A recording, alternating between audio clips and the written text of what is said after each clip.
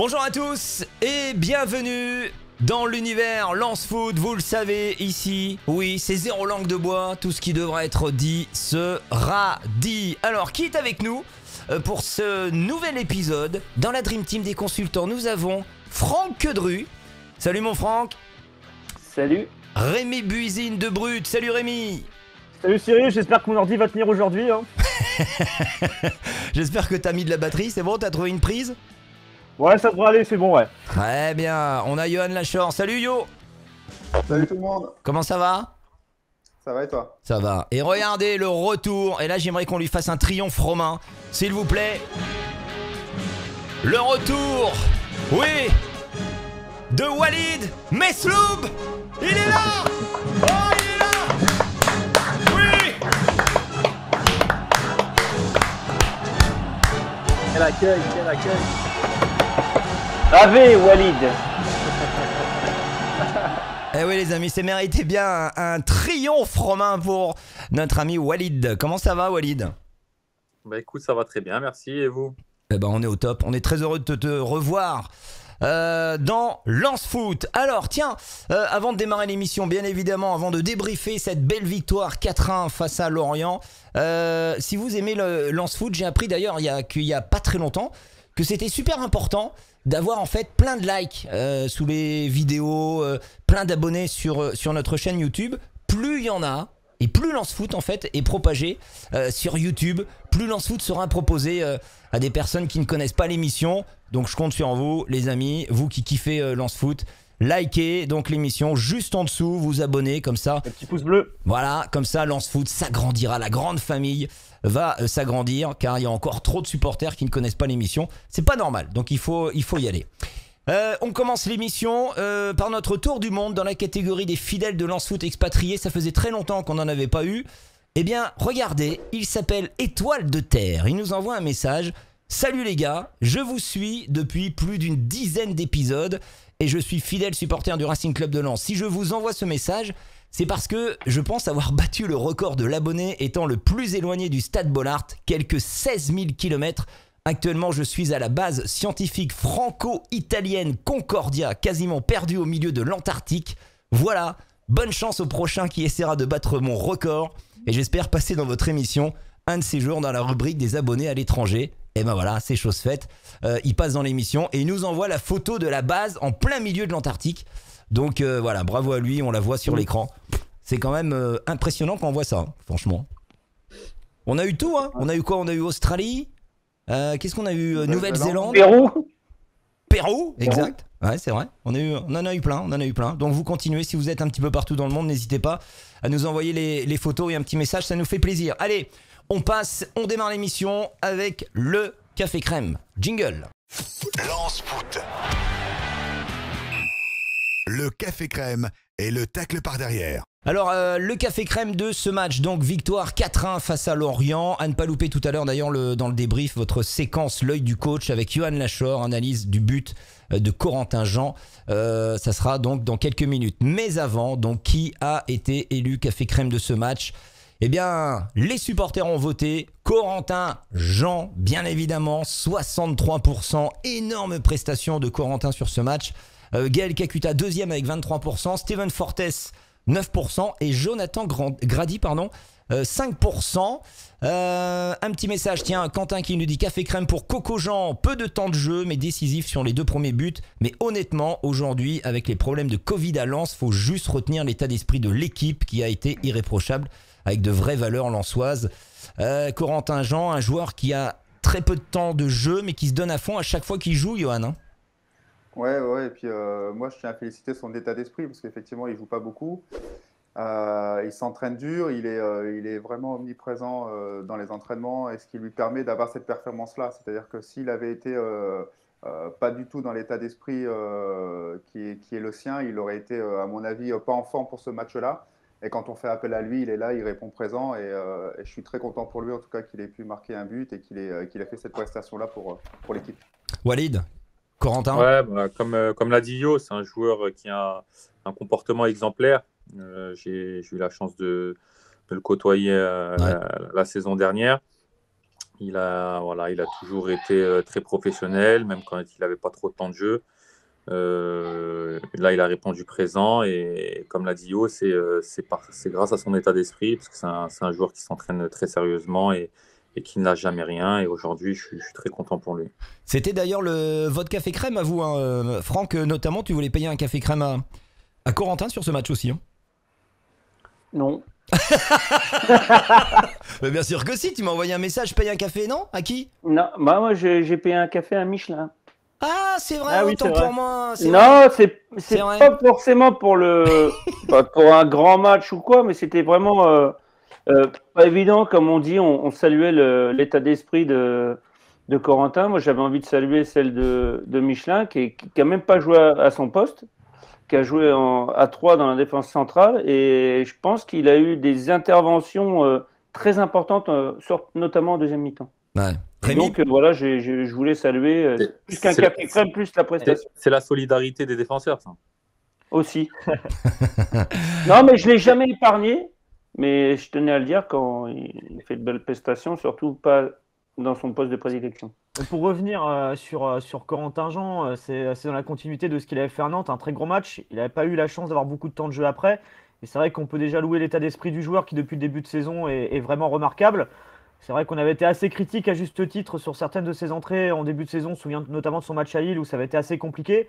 Mais là, clairement, il est en forme, il est dans l'état d'esprit. Et puis, il faut aussi saluer le coach Hez qui lui a donné du temps de jeu. Hein. C'était une petite surprise. On ne l'attendait pas forcément dans le 11 de départ. Et finalement, si on est à 2-1 à la pause, c'est en grande partie grâce à lui. Il va chercher le penalty. Superbe action sur le deuxième but, plein de sang-froid. Donc, pour la suite de la saison, il méritera sûrement d'avoir un peu plus de temps de jeu que ce qu'il a actuellement. alors justement, belle transition, merci Rémi. En parlant de temps de jeu, est-ce que selon vous, quand on voit les prestations là, que Corentin Jean est capable de faire, est-ce qu'il méritait plus de temps de jeu sur l'ensemble de la saison? Walid, Johan? Bon, on peut se poser la question sur tous les autres attaquants. Ils ont tous été exemplaires, ils ont tous répondu présent à un moment donné. Donc c'est vrai que c'est compliqué de répondre oui. Je pense que le coach a la chance d'avoir beaucoup d'attaquants performants. Malheureusement, Corentin Jean faisait partie des quatrième choix, si je peux dire. Et là, voilà, aujourd'hui, il a su saisir sa chance, notamment grâce aux absents, et il a répondu présent. Et peut-être que la donne va changer. Johan, C'est sûr qu'il a marqué des points. Ouais. Johan, Ouais, t'es du après, même avis? après, il a un profil différent de Sotoka, de Banza, de Ganago. Donc, c'est sûr que peut-être que Franck avait certainement d'autres visions sur sa ligne d'attaque. Maintenant, effectivement, il est tombé aussi sur une équipe qui marche super bien, avec des attaquants qui marchent bien. Si ça avait été, les résultats étaient un peu moins bons, peut-être qu'il aurait eu certainement plus de temps de jeu. Mais là, effectivement, avec l'équipe qui tourne comme elle tourne actuellement, c'est difficile de pouvoir répondre oui à ça, quoi. Alors, au classement des cafés crème pour cette nouvelle journée, toujours Seko Fofana qui va être à mon avis difficile à battre hein, d'ici la fin de la saison, peut-être Jonathan Tlos. En tout cas, Seko Fofana, toujours avec 6 cafés crème, 4 cafés crème pour Jonathan Tlos, Loïc Badé, donc ça c'est dans le wagon des 2 cafés crème, donc Badé, Kalimundo, Kakuta, Sotoka, Jean-Louis Leka, et puis ensuite donc la rentrée de Corentin Jean dans ce classement avec 1 café crème au même titre hein, que Clément Michelin, Medina, Bourra et Steven Fortes. On passe au débrief. Lance foot. Le débrief. Ne loupez pas dans quelques instants l'actu Lance Foot. On ouvrira d'ailleurs une page Mercato. On fera un zoom également sur le prix Marc-Vivien Foé. Et une question, faut-il craindre les effets d'une possible qualification du Racing Club de Lens pour une Coupe d'Europe? C'était un sondage lensois.com. Qu'en pensent les supporters et qu'en pensent les consultants? Réponse dans un instant. Mais comme d'habitude, eh bien, on commence ce débrief par les statistiques de ce match. Des stats qui sont parlantes hein. 38% en possession de balle pour les Lensois, 62% pour Lorient, 17 tirs côté Merlu, 14 pour le Racing, 6 tirs cadrés de chaque côté, 336 passes pour Lens pardon, et 536 pour Lorient. Lens a subi, mais Lens a su se montrer réaliste. Walid. On retient que les 3 points. Voilà, c'est le plus important. Je pense que Lorient a mieux maîtrisé le ballon, on va dire, dans l'ensemble. Mais je trouve que Lens a été beaucoup plus tranchant dans ses attaques. Et quand on regarde l'ensemble du match, c'est vrai que peut-être Lorient repart avec des regrets, mais comme je vous l'ai dit, à la fin, il faut retenir que les 3 points. Johan, c'est ce que tu penses aussi? Oui, ouais, tout à fait. Et après, c'est sûr que Lens a montré aussi durant la saison plusieurs facettes. C'est-à-dire que c'est une équipe qui est capable, quand l'équipe adverse lui laisse le temps et la possibilité de prendre le jeu à son compte, mais aussi d'être bas, d'être patient. Moi, je trouve vraiment très, très intéressant, c'est que même quand elle subit, on ne sent pas d'agacement ou d'énervement. Je veux dire, c'est une équipe qui accepte la situation et qui, par contre, dès qu'elle a la possibilité, notamment sur le deuxième but, elle met de la vitesse, elle va vite vers l'avant et c'est ce qui permet de marquer des buts et d'être tranchant. Donc, moi, je trouve que c'est vraiment une équipe qui est capable de s'adapter à différents styles et ça, c'est vraiment très, très intéressant. Rémi, je te voyais faire signe de tête. T'es En d'accord fait, avec Johan? tu vois que sur les derniers matchs, tu as une possession de balle qui est quand même moins importante, que tu as tendance parfois à subir un peu plus, et au final, tu romps pas. Alors qu'on avait vu d'autres matchs où on avait une frustration, je pense notamment à Reims ou Angers, on avait été ultra dominateur, et au final, on repartait seulement avec 1 point. Donc là, même en subissant un peu plus, en ayant même moins la possession de balle, je veux dire, Lorient a aussi eu plus de passes, plus de circulation du ballon, ils ont dominé, hein. Je veux dire, si à la pause, on est à 2-1, je veux dire, c'est quand même assez. Je ne vais pas dire que c'est un miracle, mais presque quand même. Hein. C'est flatteur. C'est flatteur, ouais, par rapport à la physionomie du match. Mais tu te rends compte que tu arrives à aller chercher les 3 points. Donc c'est ça qui est quand même pas mal. C'est que même en subissant, tu arrives à prendre des choses et ça, c'est cool. En parlant de subir, d'ailleurs, on a encore eu la chance, Franck, d'avoir un grand Jean-Louis Léquin. Hein. Ouais, c'est clair. Encore une fois, le patron de la défense, même s'il a manque de communication 1 ou 2 fois en deuxième mi-temps. Mais sinon, non, encore presque parfait. Ouais. Et non, j'avais envie de revenir aussi sur les stats. Tu avais dit, par rapport à la domination et par rapport au nombre de frappes et de frappes cadrées, je pense que Lens a fait jeu égal, justement. À chaque fois, a su se montrer, dans le peu de possession qu'ils avaient, a su se montrer hyper réaliste. Ouais, c'est vrai, on a 6 tirs cadrés. 6 tirs cadrés des deux côtés. C'est pour ça que moi, je trouve que la possession, ils l'ont presque volontairement laissé reculer, être compact et les jouer en contre. Et à chaque fois qu'ils ont joué comme ça, ils ont été dangereux. Donc, ça a marché sur ce match-là. À l'annonce, on a vu dans l'actualité ces derniers jours, bien évidemment, les cas de Covid. Franchement, les copains, est-ce que vous avez été inquiets quand on a appris jour après jour le nombre de cas de Covid, pas les moindres?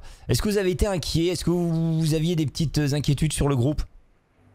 Ou pas? Moi, perso, non. Non, parce qu'encore une fois, on salue l'état d'esprit et je pense que tout le monde est capable de le faire.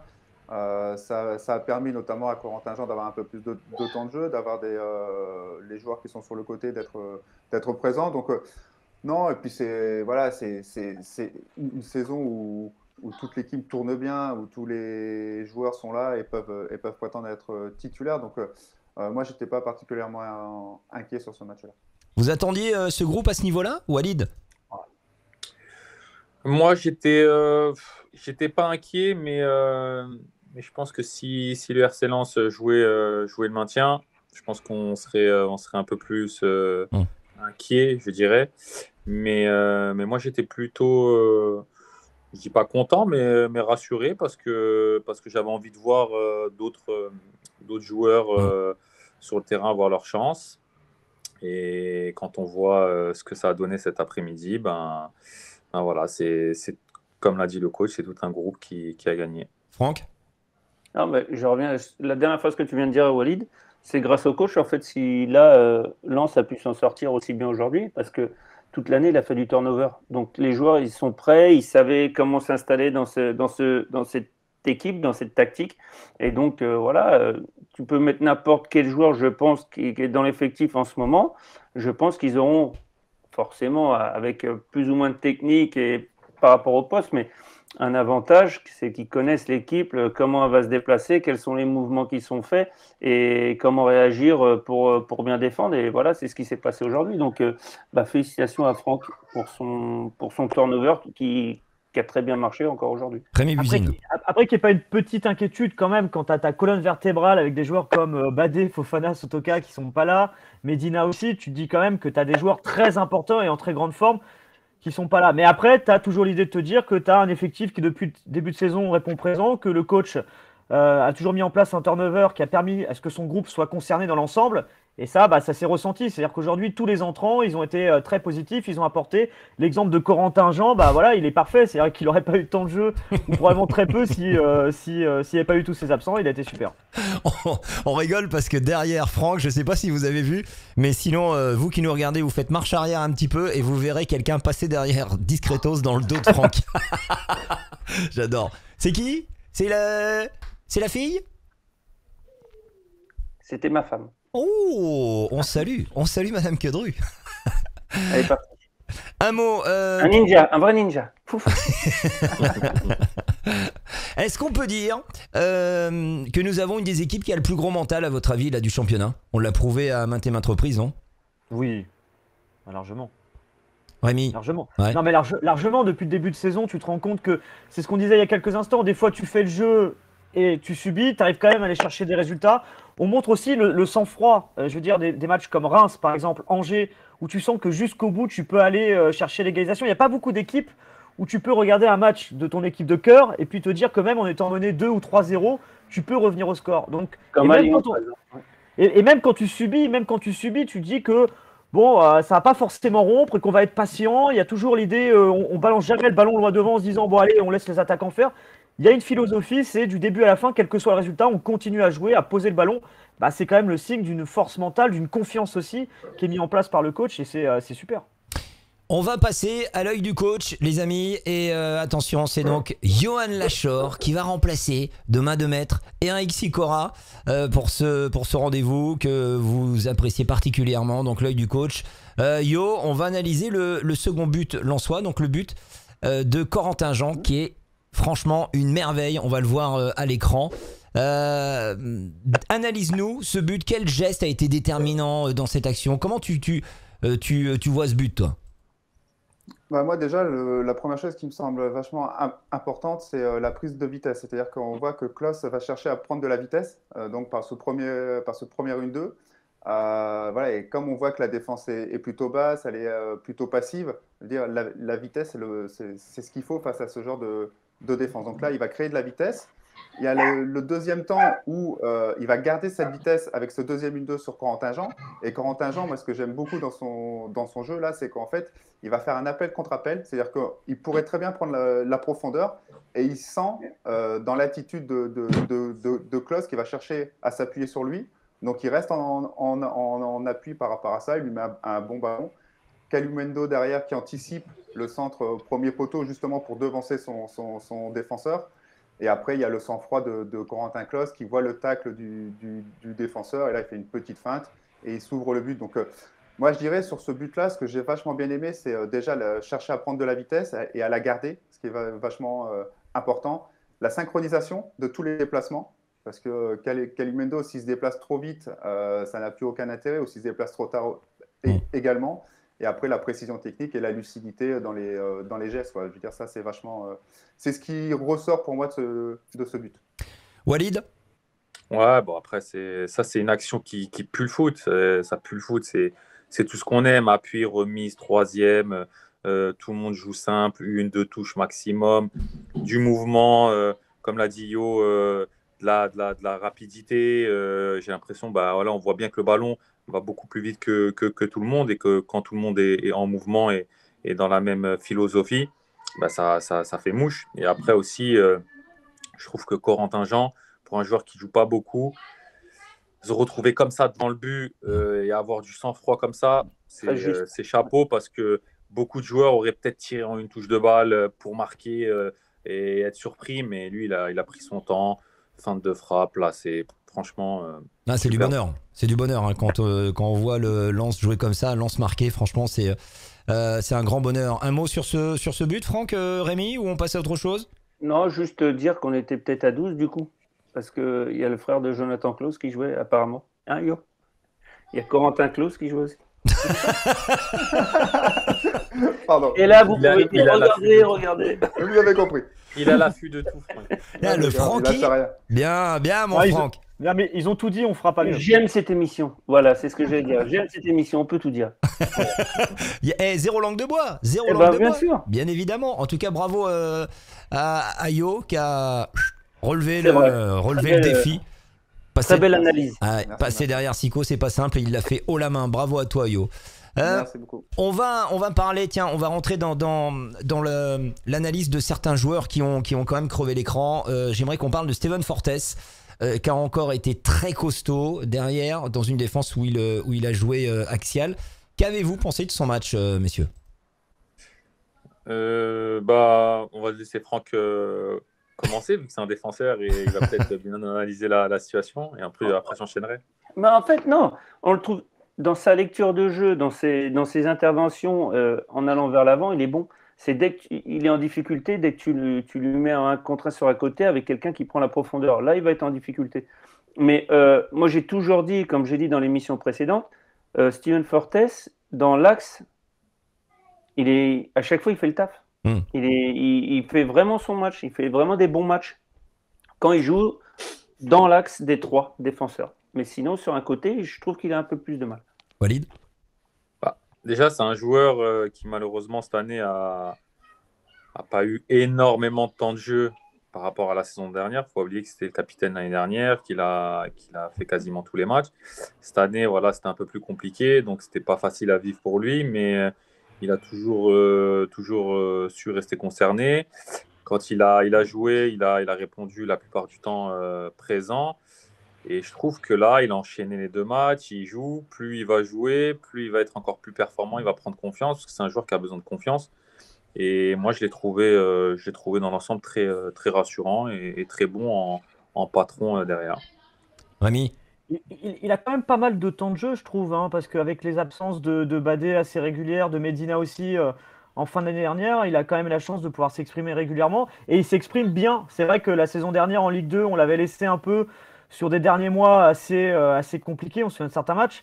Et là, il est revenu au niveau, il est affûté. C'est vrai que quand il joue sur un côté de cette défense à 3, il est un peu plus en difficulté parce que en Ligue 1, tu as souvent des attaquants très rapides et donc du coup, il est un peu plus efficace dans l'axe. Et là, aujourd'hui, son match, il était cohérent, pertinent et il est devenu un joueur précieux. Donc bravo à lui d'avoir réussi à se mettre au niveau de la Ligue 1 après toutes les critiques qu'il avait pu subir en fin de saison en Ligue 2, quoi. Tout à l'heure, on disait que ça tombait à pic que Jean-Louis Lécart revienne à son meilleur niveau pour ce sprint final. Il y en a un autre qui retrouve une forme olympique. C'est de bon augure, c'est Gaël Kakuta. Hein. Johan? Oui, Gaël a vécu une période janvier-février plutôt compliquée. Je pense que physiquement, ils ont dû travailler aussi pour revenir en forme sur cette fin de saison. Et on savait dès le départ que Gaël allait avoir des difficultés physiques pour tenir sur une saison complète. Voilà, il a passé les 2 mois compliqués et je pense qu'il va faire une fin de saison tonitruante comme il l'a commencé. De toute manière, c'est en plus meilleure saison de sa carrière. Walid, tu kiffes hein, Gaël Kakuta? Ouais, moi, c'est un joueur. Je trouve qu'on a un peu la même sensibilité foot, même si, attention, il est beaucoup plus fort que moi. Mais à peine. Non, Eh oh. non, c'est un bon joueur, un très très bon joueur même. Mais dans une saison, Yo, Franck vont peut-être être d'accord avec moi. Dans une saison, il y a toujours des hauts et des bas et il a commencé fort. Ensuite, il a eu des petits pépins physiques, il a eu un petit coup de mou. Et là, je pense que sur cette fin de saison, il va vraiment faire très très mal et c'est de bon augure pour le RC Lens. Qu'est-ce que vous avez pensé de l'entrée très remuante de David Pereira da Costa? On en avait parlé il y a quelques émissions de ce jeune. Doit-on lui donner plus de temps de jeu? Est-ce que vous kiffez ce joueur? Est-ce que vous croyez en lui, Rémi? Mais largement. Alors moi, je milite très largement pour que ce joueur puisse avoir plus de temps de jeu qu'un Tony Mauricio, je pense par exemple, même aussi pour préparer l'avenir. Je trouve que ses entrées en jeu, elles ont toujours été très intéressantes.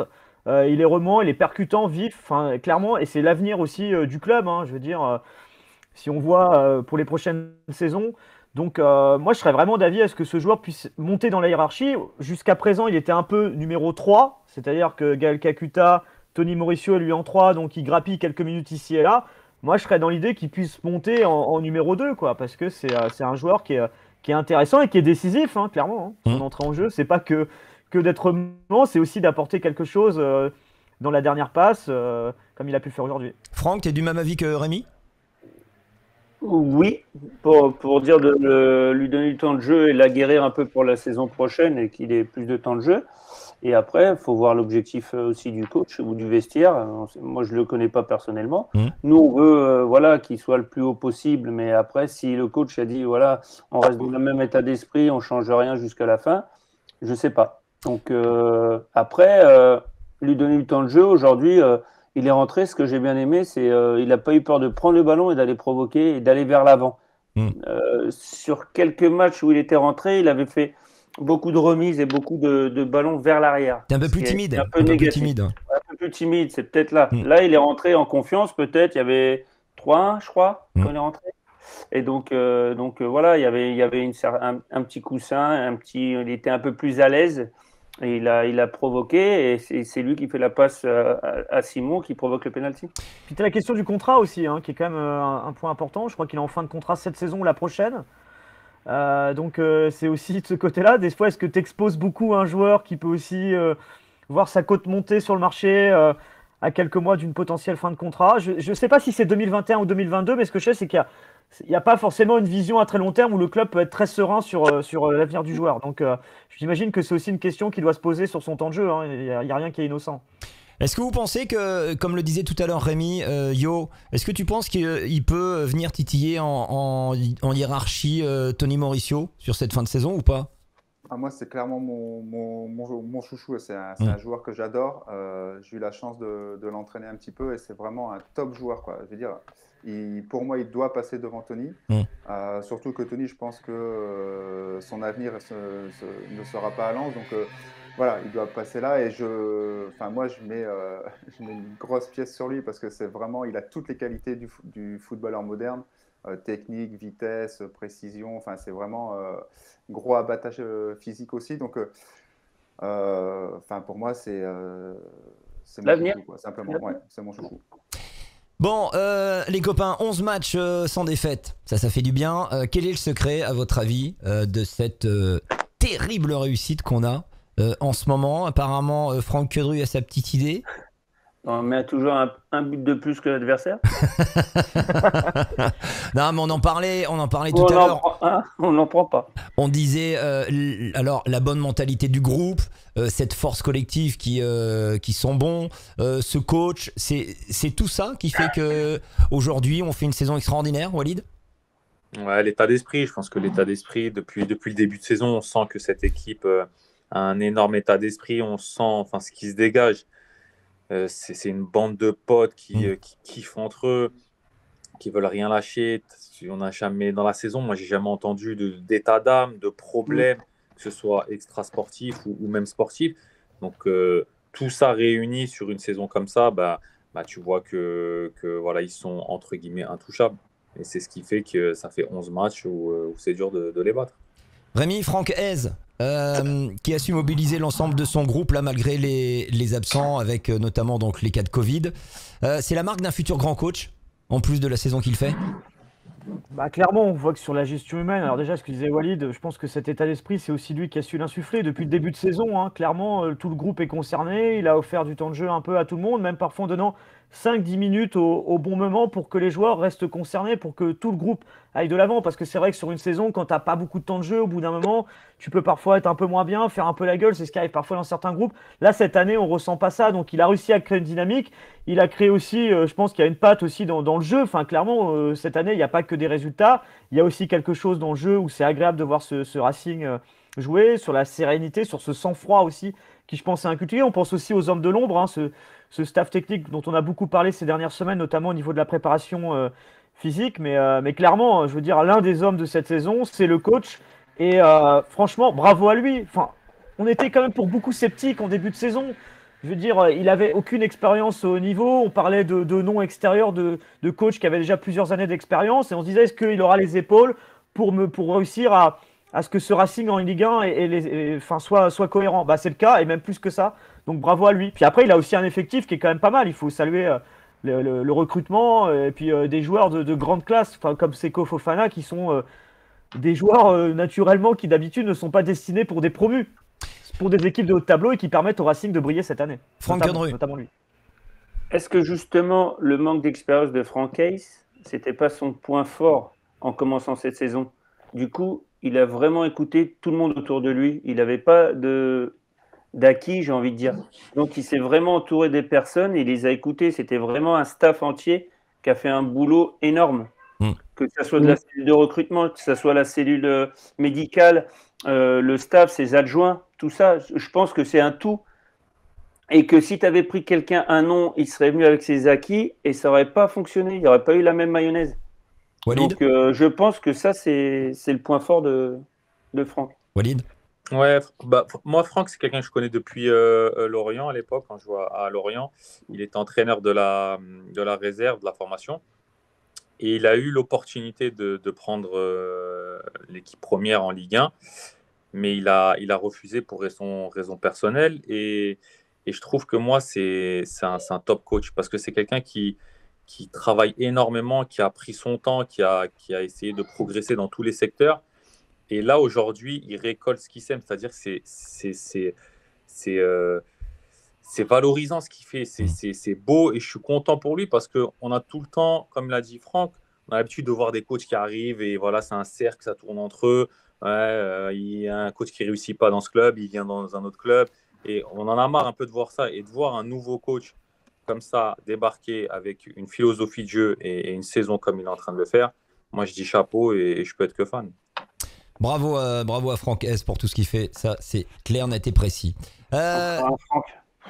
Victoire Victoire donc 4-1, on prend plus 3 au goal average sur ce match. Pensez-vous que ça peut être un détail important pour la course à la 5e place? On va parler un petit peu de cette possible 5e place à la fin du championnat. On rappelle le classement, donc 5e avec 52 points, plus 7 au goal average. Marseille qui a été tenu donc en échec face à Montpellier, 3-3, 49 points et plus 4. Et ensuite on a Rennes avec 48 points et plus 5. Messieurs, ça va être très important ce goal average, hein. Ça va être serré jusqu'à la fin, Johan. Oui, je pense que ça va se jouer entre Lens, Marseille et Rennes. Effectivement, Rennes qu'on avait mis un peu de côté à un moment donné, mais qui revient fort. Voilà, donc effectivement, le goal average peut amener un point supplémentaire. Donc il va falloir soigner ça aussi et essayer de marquer des buts et d'en prendre un peu moins encore sur cette fin de saison. Tiens, un petit tour de table. Oui ou non, est-ce qu'à votre avis, Lens va tenir jusqu'au bout cette 5e place? Est-ce qu'on va réussir à l'accrocher, cette place européenne? Oui ou non? Rémi? Allez, oui. Walid? Oui. Johan? Oui. Franck? Oui. Oh, c'est bien. Oh, oui, timide. Oui, beau, timide. Oui, timide. Parce qu'il y a toujours un mais. C'est pas évident. Hein. C'est pas évident. On a un gros calendrier. Là. Les 5 derniers matchs, c'est la folie. Alors, on a posé la question sur lensois.com aux supporters, la question faut-il craindre? Donc imaginons, on finit 5e. Faut-il craindre les effets d'une possible qualification du Racing Club de Lens pour une Coupe d'Europe? La question donc sur lensois.com, les supporters ont répondu eh bien 58% pour non, ça ne va jamais trop vite quand il s'agit de décrocher quelque chose de positif. Toute expérience internationale serait bonne à prendre. Et donc 42% quand même, hein. Oui, ouais. Pour un club encore en Ligue 2 la saison dernière, il serait difficile d'assumer un tel programme. Tour de table, vous votez oui ou vous votez non? Non, pardon. Dans quel camp vous êtes selon cette question? Lens trop tôt pour jouer une Coupe d'Europe, oui ou non? Rémi? Alors, je dirais non, mais si je peux me permettre, si on peut. Non, c'est une non, question. Non, on peut pas. Parce que c'est hyper intéressante comme question, je trouve. Eh bah, tu répondras tout à l'heure en détail. Walid, oui non. ou non? Non. Johan? J'ai pas compris la question. Je savais pas qu'elle avait une question, pardon. J'étais sur Rémi et je me suis dit, voilà, j'étais lancé avec Rémi et du coup, j'ai pas écouté la question. Excuse-moi. Faut-il craindre les effets d'une possible qualification du Racing pour une Coupe d'Europe? Est-ce que non, ça va pas, voilà, ça va jamais trop vite, il faut prendre ce qu'il y a à prendre? Ou alors oui, pour un club encore en Ligue 2, la saison dernière, il serait difficile d'assumer un tel programme? Oui. Ok. Franck? Coussa. Non, c'est dur à répondre. Franchement, c'est un peu des deux, moi. Bon, Rémi, tu voulais développer, vas-y. En fait, c'est une question qui est hyper intéressante parce que tu as des exemples ces dernières années avec Strasbourg notamment et Reims. Et tu vois que quand ils sont qualifiés en Coupe d'Europe, la saison d'après, elle a été très compliquée. Donc il faut savoir tirer les enseignements connu ces clubs-là. Après, moi j'ai confiance envers les dirigeants du Racing Club de Lens pour profiter d'une potentielle qualification européenne pour faire franchir un cap, c'est-à-dire profiter de cette opportunité-là pour faire revenir le Racing au top niveau, là où il était il y a 10-15 ans avant de descendre en Ligue 2. C'est-à-dire garder les meilleurs joueurs notamment, et puis aussi recruter parce que la saison, elle est très longue. Et tu es obligé financièrement d'avoir les reins très solides pour pouvoir absorber une campagne européenne, parce que ça te prend énormément de temps, psychologiquement aussi. C'est pas évident parce que tu es aussi le petit pousset, donc tu as aussi le risque de te prendre des tôles quand tu es en Coupe d'Europe. Et donc, il faut que tu aies à la fois l'opportunité de garder ton ossature et de renforcer ton banc. Si tu fais pas ça, tu as le risque de connaître une saison d'après où tu détruis presque en début de saison tous les efforts de la saison précédente. Strasbourg, Reims, pourquoi ils sont cassés la gueule un peu? Parce que des fois, ils sont fait éliminer au tour préliminaire. Et en gros, en début de saison, tout le bénéfice de la saison d'avant, où tu as été dans les 5 premiers du championnat, tu le détruis par ces tours préliminaires d'Europa League, ou parce que tu te prends des tôles dès le début de saison. Donc, renforcer l'équipe, ce sera un point hyper important. Et moi, j'ai confiance en ça. J'ai confiance. Le Racing Club de Lens, c'est pas n'importe quel club, et je pense qu'on peut aujourd'hui profiter de ce retour potentiel en Coupe d'Europe pour le ramener au succès qu'il avait il y a 10-15 ans avant de descendre en Ligue 2, quoi. Donc après, c'est une question de recrutement. Walid.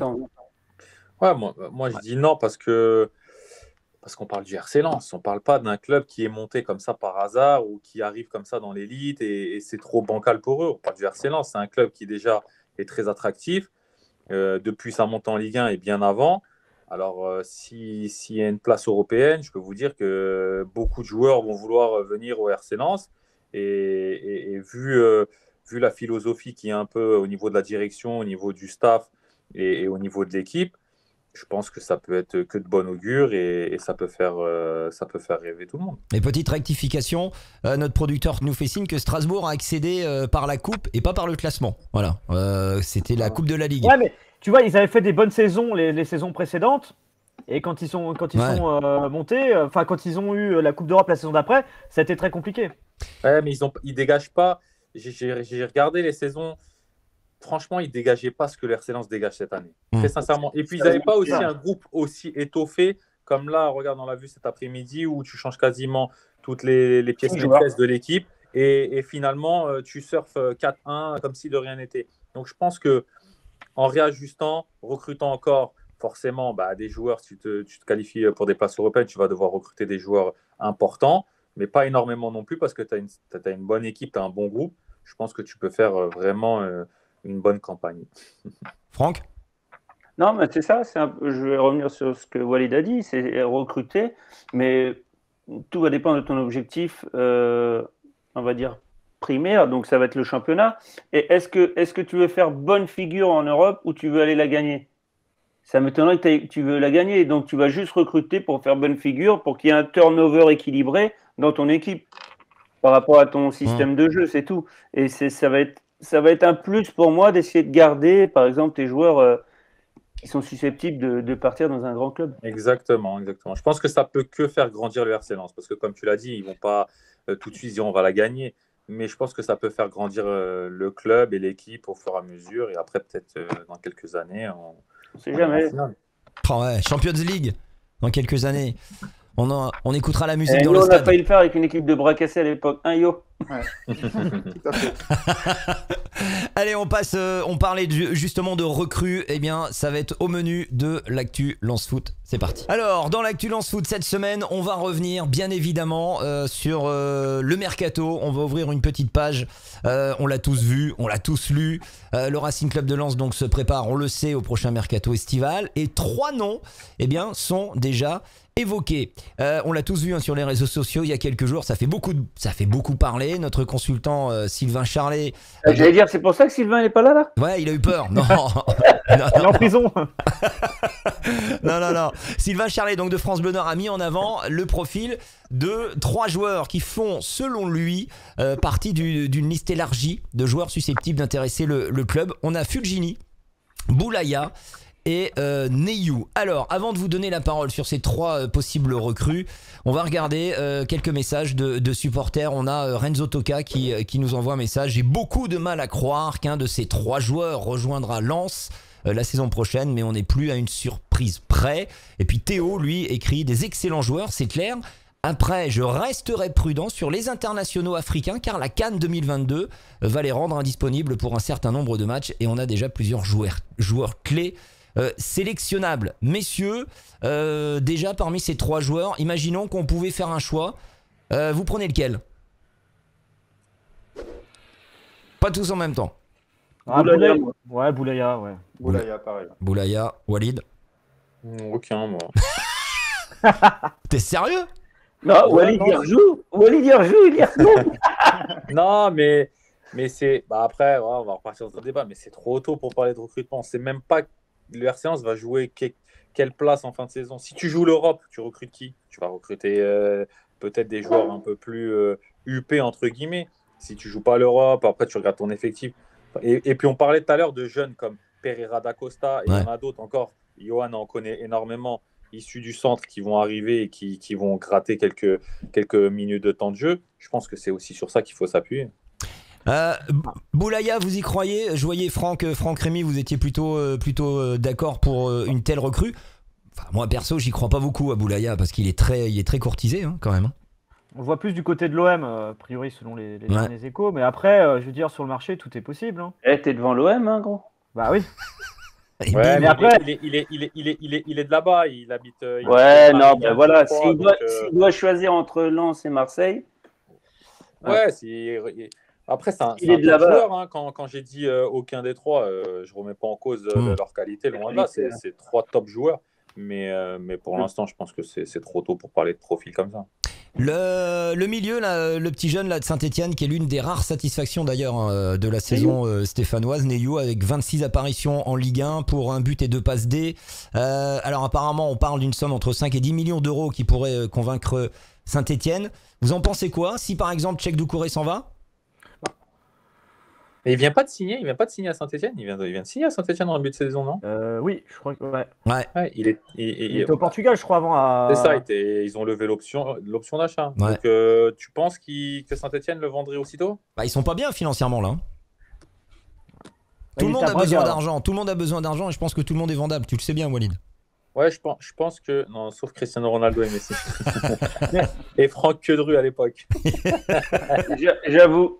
Tu vois, C'est là, dur de c'est- me transférer. les noms qui sont sortis, c'est un peu les plus bankable, mais après, en soi, pourquoi ne pas faire finalement des coups à l'origine de ça? C'est-à-dire que les joueurs dont on parle, là, le joueur de Saint-Etienne, il était à Braga, personne ne le connaissait. L'année dernière, on a été chercher Klaus et Badé.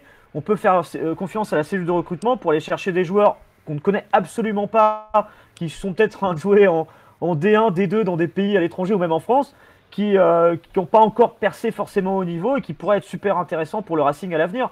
On a l'impression aussi que dans la politique de recrutement du Racing, tu vois, Seko Fofana où tu mets les 10 millions d'euros dessus, c'est un peu ta tête d'affiche, tu as besoin d'un joueur important à ce poste-là, mais derrière tu tentes aussi des coups avec des joueurs qui sont jeunes, qui coûtent pas trop cher et qui peuvent aussi ramener des plus-values à long terme sous 1, 2 ou 3 ans en fonction du nombre de saisons qu'ils veulent faire avec Lens. Johan, le troisième sur cette liste que Sylvain Charlet a sorti, Fulgini, la pièce maîtresse d'Angers, je crois qu'il joue depuis 2017 là-bas. L'ancien Valenciennois, il a inscrit 5 buts, délivré 2 passes D, il pourrait venir apporter de la concurrence à Gaël, non? Qu'est-ce que t'en penses de cette possible recrue? Ouais, c'est possible. Après, il faut voir, je rejoins Walid par rapport à ça, faut voir la politique du club en termes de, qu'est-ce que va être, quelle est la politique vis-à-vis de Gaël par rapport à David Pereira aussi? Est-ce que si on veut le faire monter, il faut lui donner un peu de temps de jeu? Je ne sais pas si c'est le poste où on doit chercher quelqu'un, quoi. Voilà. Donc, mais après, voilà, est-ce qu'on a de l'argent? Est-ce que, voilà, combien ça coûte? Enfin, voilà, il y a toutes ces choses à voir et c'est vrai que c'est peut-être un peu tôt de parler de tout ça, quoi. Si vous deviez recruter là, juste avant de passer à autre chose, si vous deviez recruter, ça serait à quel poste en priorité? Vu la saison qu'on vient de faire là, qu'on est en train de faire. Walid? Pour la saison prochaine, Ouais. tu joues quoi? L'Europe ou tu joues pas l'Europe? Tu joues l'Europe? Un mois pour moi, Ouais. tu joues l'Europe, un putain de numéro 9. Un tueur. Un tueur à gage. Un renard des surfaces avec 2 flingues sur les côtés et bam bam. Rémi? Tu lèves l'option sur Kalimundo déjà et un latéral gauche. Je pense d'essayer de trouver une petite pépite comme Klaus de l'autre côté. Johan? Avant-centre. Ouais, toi aussi, un tueur. Ouais, ouais. Franck, Ouais, un offensif aussi, parce Ouais. que défensivement, là, on est costaud. ah, vous savez que c'est une perle rare, hein, c'est une denrée rare, les neufs efficaces, tueurs dans la surface, où ça coûte très très cher. Hein. Il y a Agüero qui est libre là. C'est vrai, ouais. Ouais, c'est vrai, il va se barrer de Manchester City. Ah mais déjà Kalimundo ça va coûter cher hein. Ouais. Lever l'option d'achat Mhm. donc Mais attends, ça dépend à combien elle était mise au départ, non? on n'a On pas le sait pas, hein. j'imagine que Paris ils ont pas mis une option d'achat à 2-3 millions d'euros si c'est pas aux alentours de 10 au moins. Oh non, je pense pas plus de 10, non, je pense pas. Ouais, Non, pense ça que reste un Je jeune pense joueur. que ça va être entre 5 et 8, moi, tu vois, maximum. Ok, next, on va passer. 19 balais. On va passer, les amis, au fameux prix Marc-Vivien Foé. Ça y est, c'est tombé la liste. On a posé la question sur lensois.com. Quel est le favori pour le prix Marc-Vivien Foé? Ils sont 11. Les supporters lensois ont voté, bien évidemment, vous vous en doutez. Il y a du lensois en tête, et c'est donc Seko Fofana avec 57% des voix. Gaël Kakuta 26%, Andy Delors 6% et Boulaya, justement, on en parlait tout à l'heure, 2%. Le trio de finalistes sera annoncé fin avril. Votre favori, vous, pour le prix Marc-Vivien Foé? Tour de table des consultants, c'est parti. Franck Quedru. Ouais, je dirais Seko aussi. Ouais. Rémi? Ouais, c'est Fofana. Seko Fofana. Walid? Gaël Kakuta. Ah. Johan? Seko. Alors, Également. il y a un seul Gaël Kakuta, donc j'aimerais l'entendre.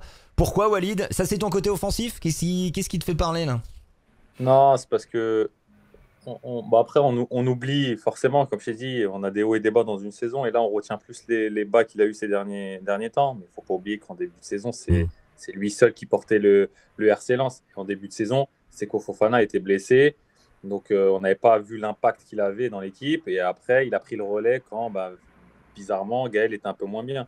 Donc je pense que c'est un peu partagé. Et puis moi, je suis fan des numéros 10 gauchers comme ça. Donc voilà, Gaël Kakuta. Et puis je savais que tout le monde allait dire Seko. Donc, Viens voir les anciens de Lens, tu vas voir un bon gaucher numéro 10.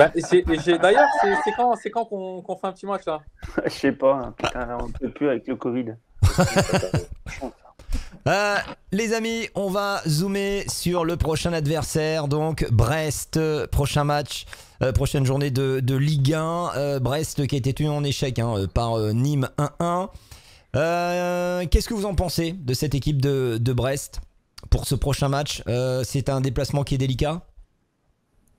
Aller à Brest, c'est jamais facile, hein. C'est un contexte toujours particulier, avec une équipe, avec un état d'esprit qui est quand même assez, qui ressemble un peu à celui de Lens. Donc, c'est jamais facile d'aller là-bas, mais j'ai l'impression qu'ils sont quand même moins bien là depuis quelques semaines. Donc voilà, je pense qu'on a une carte à jouer, et ça peut être intéressant pour nous. Brest 16e avec 36 points. Ils sont, ouais, c'est ça, ils ont 6 points d'avance sur le barragiste. Ça reflète pas je trouve leur jeu et l'envie de jouer et comment ils jouent. Ça reflète pas leur position, c'est dommage. Je les aurais vus sauver, mais dans les 10e, tout ça tranquille avec leur jeu. Mais c'est vrai qu'après, il faut être efficace. Et là, comme m'a dit Yo, ils sont moins bien en ce moment, donc c'est peut-être le moment d'y aller aussi. Walid, les forces et faiblesses de cette équipe de Brest, selon toi? Une équipe un peu trop joueuse et je trouve fébrile défensivement. Pour le peu de matchs que j'ai vu de cette équipe, je les trouve quand même assez fébriles défensivement, et tant mieux pour nous parce que nous on est très tranchant offensivement. Rémi? C'est une équipe qui joue bien au ballon, donc je pense qu'on aura un beau match de football entre Brest et Lens. Après, peut-être parfois un peu trop joueuse et défensivement fébrile. Par contre, là où il peut y avoir des buts, justement, c'est qu'offensivement, je trouve qu'ils ont des joueurs assez intéressants. Tu peux penser au petit Mounier, au Norat, notamment, qui font quand même une belle saison cette année. Donc, ça va être un match assez joueur. J'aime beaucoup, d'ailleurs, le petit Romain Perrault qui joue sur le côté gauche et que je verrai très bien au Racing Club de Lens l'année prochaine. C'est leur meilleur joueur. De latéral gauche qui serait très intéressant. Le penchant de Klaus, de l'autre côté. Je trouve que Perrault est très bon. Ouais, Perrault, très fort, très très fort. Une belle révélation côté brestois. La compo probable, la compo d'Abdelhan, vous l'avez sous les yeux, les copains. On a une attaque, vous l'avez sous les yeux, j'espère. Hein. Oui. Attention. Kalimundo Kakuta. Fofana. Ensuite, on a Cahuzac Doucouré, Haïdar Atlos, Medina Badé, Grady et Lekka. Qu'est-ce que vous en pensez? Kalimundo, Kakuta devant? Ça vous parle? Non, mais On va mettre Banza. maintenant, comme on a débattu tout à l'heure, tu peux mettre n'importe qui devant. Ouais. Et je pense que ça va faire le taf. Donc là, tous Non. les attaquants, on les crocs. Et voilà, donc Kalimundo, Jean, tu peux mettre qui tu veux. Et à ce poste-là, Gaël Kakuta? Non. Non? Franck, t'es pas Non. d'accord avec Non, Abdelhamid? moi je vois bien, tu vois, Moi, Banza et Corentin Jean devant. Moi, je pense que Yannick Pour va aller démarrer. sur le banc. Johan? Cahuzac va être sur le banc et faire une Doucouré Fofana Calcutta. Ouais, Le milieu classique, pardon. ouais. Et après, devant, ouais, Kalimundo, Corentin Jean ou peut-être Banza. Voilà, ça va se jouer là-dessus. Ok. Tout dépend de comment ils vont récupérer du Covid, hein, parce que ça laisse des traces un peu Ça, c'est- physiquement. c'est vrai, Donc c'est- peut-être qu'ils seront pas Dans revenus l'idéal, on va dire, pour alors. ce match. Hein. Ouais, Faut que les tests soient avec un négatifs, seul poumon, ça devrait aller. Faut que tous les Ah. tests soient négatifs. Hein. Aussi. Ouais. Parce que les durées de contagiosité avec le variant anglais sont un peu plus longues, donc tu as toujours le risque de louper parfois 2 matchs au lieu d'un par rapport à ce que tu avais en début de saison. Ça le risque. Aussi. Faut voir si c'est le variant anglais. Ils l'ont? C'est le variant anglais? Bah, là, il est majoritaire à 90%, donc tu as quand même beaucoup de chance. À moins que ça soit un nouveau variant. Le variant de la Gaillette. T'imagines. Le variant ch'ti. Bon, attention, messieurs, j'ai une grande annonce à vous faire pour le jeu des pronostics. Ah, je croyais que tu allais dire On a que changé tu la allais. règle. Non, ben non. Que j'allais vous payer? Putain, on a failli. Allez, jingle. Lance foot. Le jeu des pronostics. Messieurs, le jeu des pronostics. Grande annonce à faire. Vous le savez depuis le début. Chaque émission, on a des plaintes. On a des plaintes et encore des plaintes d'Eric Sicora, de Franck Quedru qui crie au des scandale. plaintes des perdants. Non, oui. Même pas? Ah, si. Ah non, mais c'est. Là, tu vas voir, attends, si tu me compares quelque chose à la fin de ce truc-là. D'accord. Messieurs, j'ai décidé. Alors, J'ai décidé. J'aime bien, voilà. J'ai décidé. En fait, on va tout simplement zapper. On va annuler tout le jeu, le championnat là, des pronostics. On va remettre les compteurs à zéro. Ah, c'est génial ça. Mais depuis quand ça existe ça? Il va nous l'annoncer la 38e journée. Quoi. c'est une dictature. C'est une Bon, dictature. après, comme on ça veut, m'arrange, en fait. mais bon.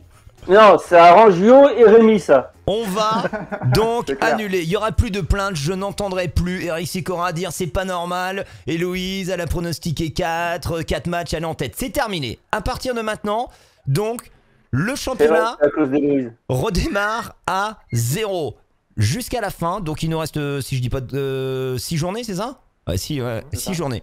Donc Six. un petit mini championnat de 6 pronostics. Donc tout le monde est à 0. D'accord? Par Et contre, celui-là, celui d'aujourd'hui, il compte pas. Lorient. On laisse tomber. Il compte pas. Putain, et moi j'avais dit 4-1. Il compte pas. Non, t'avais dit que dalle. T'avais dit 2-0, je crois, ou 2-1, je sais plus.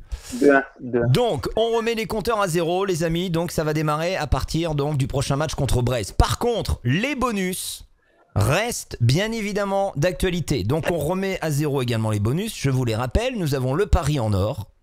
Bon score, si vous avez le bon score, c'est 5 points. Et la bonne tendance, 3 points. D'accord? Sinon, je rappelle que hors bonus, on reprend le compte du début de saison, c'est-à-dire 3 points le bon pronostic et 1 point la bonne tendance. Plus de 0, machin, c'est fini. D'accord? Bon, donc le pari en or, si par exemple Walid dit « Moi je le sens bien contre Brest, je le tente », vous pouvez le faire qu'une seule fois. Il le tente, voilà, s'il a le bon score, bing, il démarre avec 5 points. Ensuite, nous avons le face-à-face. Et attention, changement également dans le face-à-face grâce à un supporter qui m'a envoyé un message. Il s'appelle Ride Air. Il dit voilà, pour le face-à-face au classement des pronos, j'aurais encore fait plus cruel. Obligé de l'utiliser au moins une fois, pas de points. Par exemple, si Siko fait un face-à-face avec Walid et qu'il gagne, il prend directement sa place au classement et Walid prend celle de Siko. il En switch. fait, on joue au Uno, c'est ça? C'est un peu ça, c'est un peu ça. Mais j'aime bien le délire. J'aime bien le délire de switcher. Donc, ça, Après, faut pas être premier, quoi. Ah ouais, donc ça, c'est le face-à-face. Et Tout le ensuite, monde va voir. les amis, le chamboule tout. Là, vous allez tous, chacun votre tour, pronostiquer le classement des 5 premiers de Ligue 1 en fin de saison. Si vous avez 0 faute, si vous avez le bon prono, le bon quintet, ça sera dans l'ordre, bien évidemment, ça sera 5 points. Et si vous avez une seule faute sur 5, ça sera 3 points. D'accord? C'est bon? Il n'y a pas de Et 2 questions? fautes. Bon, allez, hein. Bah, de toute façon, on n'a pas le choix, non? Non, c'est vrai. Ne nous pose pas la question, alors. Et bien évidemment, les 2 derniers payent le resto à toute la team. Et Alors là, est-ce que tu rentres dans le jeu, Cyril? eh ben tu sais quoi, je rentre dans le jeu. Ah, c'est beau, ça. Eh ben, C'était- tu sais quoi, tu vas perdre. J'aurais jamais dû bien changer fait. tout ça. Eh ben je vais rentrer dans le jeu puisque c'était apparemment une demande de votre part. Eh ben je vais rentrer dans le jeu des pronos. Donc voilà, tout est remis à zéro, tout est chamboulé. Ça j'adore le suspense. Alors on y va. J'envoie un message tout de suite à Eric Sicora. Ah, il va être content. Ah là, je peux te dire, le Sico, il va regarder l'émission, je pense qu'il va sauter de joie. Mais déjà, et tu sais que je lui ai envoyé un message tout à l'heure pour tout vous dire, je vous raconte toutes les coulisses. J'ai envoyé un message à Sico pour lui dire, écoute, j'annule le championnat, on repart tout à zéro. Il me fait, t'es vraiment une imposture. Quand il va entendre les règles, tu vas voir. Ça va lui faire tout drôle. Ah ouais, je pense qu'il va pas être si content que ça. Mais bon, alors attention, le prono. Donc on y va. Brest, Lorient les amis. Le prono d'Ale Haïdine, c'est 1-1. Guillaume Gillet, 2-1 pour Lens.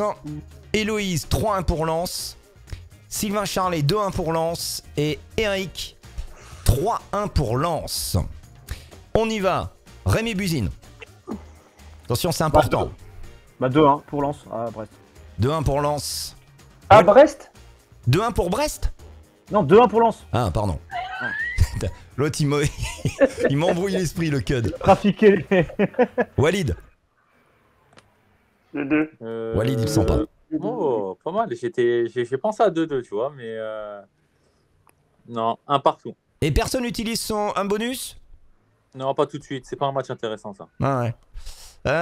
Donc, pas de pari en or, ok. Franck. Donc, tu m'as dit quoi, Walid? Excuse-moi. Un partout. Un partout, ok. Franck. Moi, je dis 2-1 pour Brest. 2-1 pour Brest. Oh lolo. Yo. 1-0 pour Lens. 1-0 pour Lens. Et moi, je vais dire... Oh la vache. Tu fais même rien. Moi, je vais dire... Je vais dire comme Yo. Je vais dire 1-0 pour Lens. J'hésite entre 1-0 1-1, mais je vais dire 1-0 pour Lens. Voilà, et j'utilise pas de bonus. Bon bah écoutez, on verra ça la semaine prochaine. Rendez-vous pour un nouvel Héloïse, épisode. tout ça, ils ont dit quoi, tu sais pas? Qui? Bah je te l'ai dit, t'as pas entendu? Non. J'ai Si, dit au début. Aléadine 1-1, Guillaume Gillet 2-1 pour Lens, Héloïse 3-1 pour Lens, Sylvain Charlet 2-1 pour Lens et Eric 3-1 pour Lens. Ok. Maintenant, vous allez me pronostiquer avant de se quitter les 5 premiers en fin de championnat. Je vous donne ceux d'Ale Haïdine, c'est PSG, Lille, Monaco, Lyon, Marseille. Guillaume Gillet, Lille, PSG, Lyon, Monaco, Lens. Héloïse, Lille, Monaco, PSG, Lyon, Lens. Sylvain, Lille, Monaco, PSG, Lyon, OM. Eric m'a pas répondu. Enfin si, Eric m'a répondu, mais alors je vous dis même pas parce que c'est n'importe quoi ce qu'il m'a répondu, donc next. Vas-y. Bah Eric, alors Eric... Sochaux, Strasbourg. Ouais, non mais c'est ça, attends, je vais Guingamp. te retrouver tout de suite le message d'Eric. Eric il me répond, donc je lui dis donne-moi les 5 premiers. Il me fait Lorient, Nîmes, Bordeaux, Nantes, Saint-Etienne. Voilà, ok. Allez, c'est parti, les 5 premiers messieurs. Rémi. PSG, Lille, Monaco, Lyon et Lens. Ok, je rappelle que si vous avez 0 faute, ça sera 5 points à la fin du championnat. Walid. Lille, PSG, Monaco, Lyon, Lens. Franck. PSG, Lille, Monaco, Lyon, Lens. Yo. J'hésite entre Paris et Lille. Je vais mettre Lille, Paris, Monaco, Lyon, Lens. Moi, de toute manière, c'est impossible. Je ne peux pas, c'est plus fort que moi. Même si ça se trouve Lille sera champion, je peux pas dire Lille champion. C'est pas Ah, moi possible. c'est pareil. En réalité, Moi, c'est je pas pense possible. que Lille va être champion parce que avec le parcours en Ligue des Champions Non. de Paris, ça va être compliqué. Mais Moi, je peux pas le dire. J'ai pas envie. Moi, je peux pas. C'est impossible. Donc, je vais dire PSG. PSG, Lille.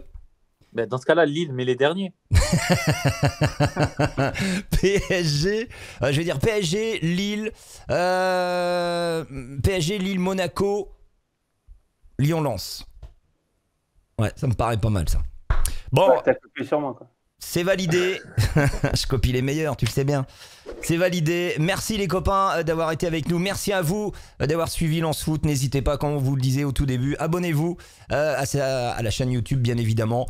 Plus on sera, mieux ça sera. On se retrouve la semaine prochaine pour débriefer de Brest. Merci Walid, merci Rémi, merci Franck, merci Johan. Salut les copains, bonne semaine. Merci, Salut, les bonne gars. semaine. Merci à Ciao. vous, bonne semaine, salut Ciao. tout le monde. Ciao, ciao.